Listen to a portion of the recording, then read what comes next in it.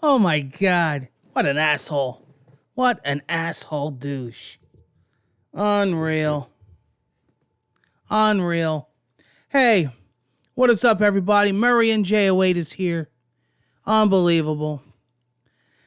So, E3 2022 is officially canceled. The digital and the physical. If you remember, in 2020, E3 was completely canceled because of the beginning of the pandemic. And then in 2021, I believe it was just digital. And now it's canceled again. Now, I've been covering E3 since the very beginning and been watching and following E3 since the very beginning. And one of the first on YouTube to actually get a pen, paper, and write this stuff down like a real hustling journalist from the early days. I mean, the early days. And, you know, me and my history of E3 goes back to the heyday. E3. Now, eventually, I predicted that E3 would eventually go into the sunset. I said this years ago. And I specifically said it, if you remember, when Sony had their last on-stage show. That was the year where they moved everybody up, and then they moved them back down, and then they moved them back up, and then they made them sit for like an hour. And I remember all these big gaming journalists from like IGN and everything were saying, what the hell? Harken back to Nintendo. Nintendo started back in like 2011. They started the Nintendo Directs, the digital show. And you can all deny it. You're all denying it. But yous all hate it, Nintendo. All you journalists, and cut them up. What an idiot. What a bunch of idiots. Oh my God. This is never going to fly in the future. Then Sony started doing it. State of Play. Microsoft started doing it. Everybody started doing it. It became the thing. This was way before the pandemic.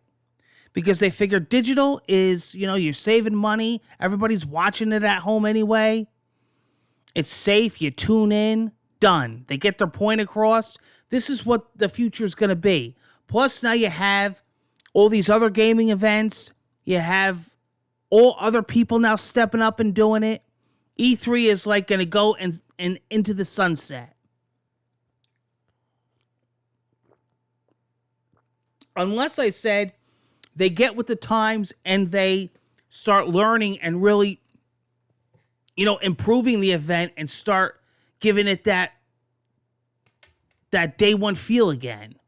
Like, how can we revive it and really put on a show again for these people? Now, everybody's saying rest in peace E3, but technically they're wrong. It's rest in peace E3 2022. Because take a look at this article. Would help if I had my glasses, but I'm going to do this blindly.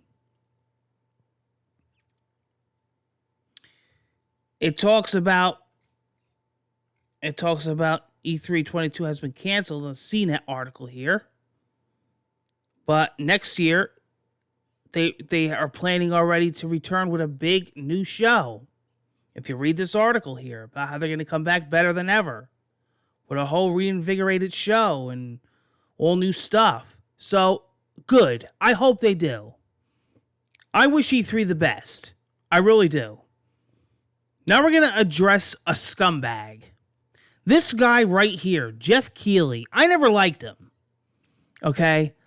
Now, he has his own stuff going on. Summer Game Fest, and he has those horrible, horrible game awards. They're called the ad-infested game awards, where the winners and developers can't even talk because they're rushed off the stage because they got to do an ad, and they do these silly stage shows, and it's like, 95% ads and filler and 5% actual games. That's what the awards are at the end of the year.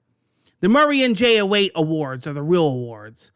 And then there's a cutoff date too, apparently, where even if certain games come out in like November or December, they're not part of the Game Awards. They'll be in next year's Game Awards, even though they came out that following year. Asshole. Geoff Keighley, the asshole.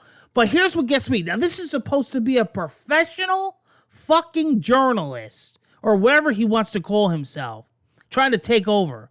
This is called shitting and dancing and pissing on a grave that ain't even dead yet. Look at this. Look at this smirky fucking remark.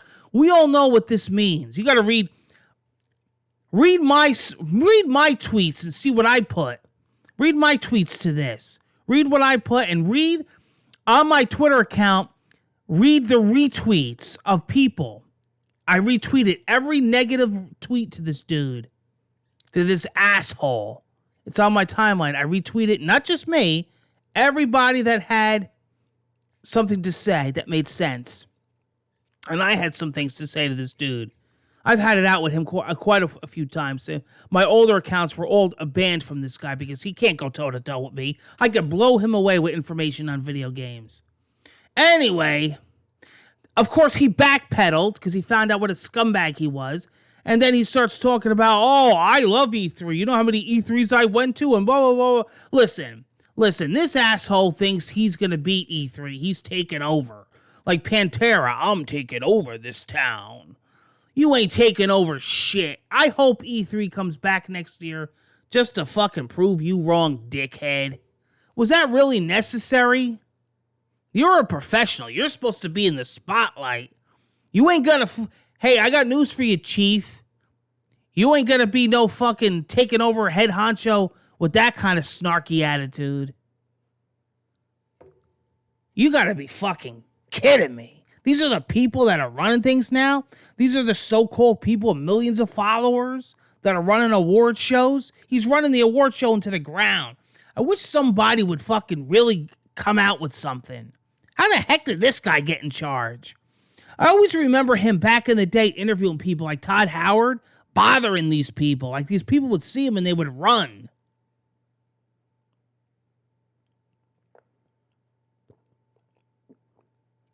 This guy's turning into like worse than like what Adam Sessler's turning into. That whole G4 mess.